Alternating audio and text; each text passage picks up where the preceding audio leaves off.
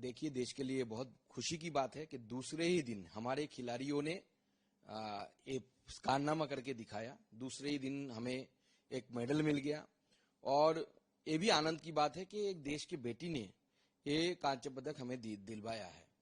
और हमारी सरकार ने मोदी जी के नेतृत्व में स्पोर्ट्स को बढ़ाने के लिए जो काम किए हैं ये भी दर्शाता है। तो मेरे तरफ से मानू जी को बहुत बहुत शुभकामनाएं और पूरी टीम को बहुत बहुत शुभकामनाएं पहले से ही कि आगे आने वाले समय में वो और भी पदक देश को दे। दो और खिलाड़ी की अगर बात करें, 5:45 में वो खेलने जाएंगी क्वालिफायर राउंड में। दादा क्या कहना चाहिए, बंगाल की दो बेटियां? देखिए, बंगाल की दो बेटियां पार्टिसिपेट कर रही है, उनके लिए हमारी बंगाल की तरफ से, पश्चिम बंगाल की सभी लोगों की तरफ से बहुत बहुत शुभकामनाएं उनके साथ रहेगी।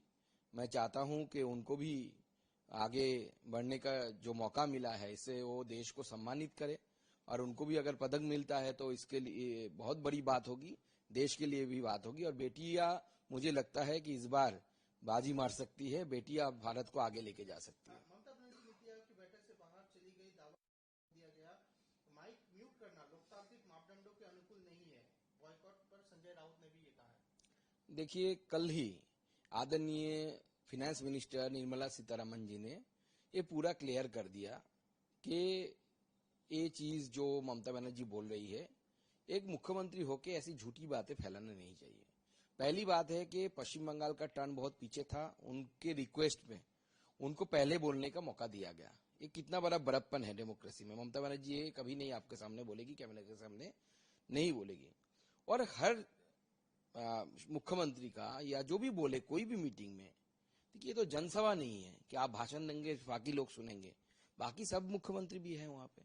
तो आपका स्पेसिफिक टाइम रहता है, उस टाइम के अंदर आपको बोलना है, तो उस टाइम के बाद ऑटोमेटिक बंद हो जाना चाहिए। लेकिन यहाँ पे भी सीतारमण जी ने भी स्पष्ट किया है ऐसे कुछ हुआ ही नहीं। और बहुत सारे लोगों के जैसे हमारे अमित मालवीय जी IT इंचार्ज, उन्होंने भी ट्वीट करके दिखलाया कि ये प्री प्लान है, पहले से ही ऐसा होना था। हाँ, तो ये सारे फैक्ट चेक करने के बाद भी देखा गया है सही नहीं है। ये लोगों का काम ही है हंगामा क्रिएट करना, बखेरा खड़ा करना। अधीर रंजन चौधरी ने राष्ट्रपति द्रौपदी आरोप लगाया। देखिए, तो बहुत पहले से ही बोलते आ रहे हैं। आज चाहे विरोधी बीजेपी है, लेकिन अगर बीजेपी के जगह XYZ कोई भी पार्टी विरोधी होता तो उनके साथ यही व्यवहार होता। तो इससे बंगाल को बाहर निकालना है और बंगाल सिर्फ नहीं, पूरे देश को इसके बारे में सोचना चाहिए। ये डेमोक्रेसी के लिए हेल्दी नहीं है। ऐसा डेमोक्रेसी नहीं चल सकता कि जिस तरीके का ऑपोजिशन के ऊपर अत्याचार होता है, जिस तरीके का वायलेंस का नंगा नाच, हिंसा का नंगा नाच हमने देखा है, it is not good for the democracy. वहाँ पे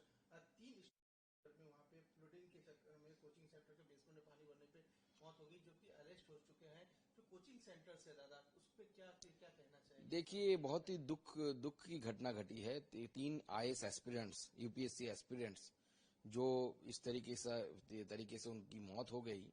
हम कोचिंग सेंटर के लिए बहुत गाइडलाइन हम निकाल चुके हैं, हमारी UGC की तरफ से गाइडलाइन निकल चुका है, सर के एजुकेशन डिपार्टमेंट की तरफ से गाइडलाइन निकला हुआ है कि गाइडलाइन के तहत इनको काम करना चाहिए।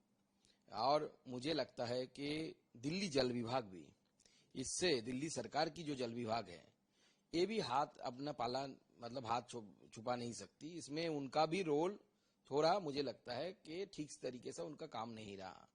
जिस तरीके का एक्टिविटी उनका होना चाहिए था, बेसमेंट में पानी भर गया और जल विभाग के लोगों को पता नहीं, जल निकालने का कोई व्यवस्था नहीं हुआ, तो मुख्यमंत्री जी और उनकी टीम क्या कर रही थी दिल्ली की?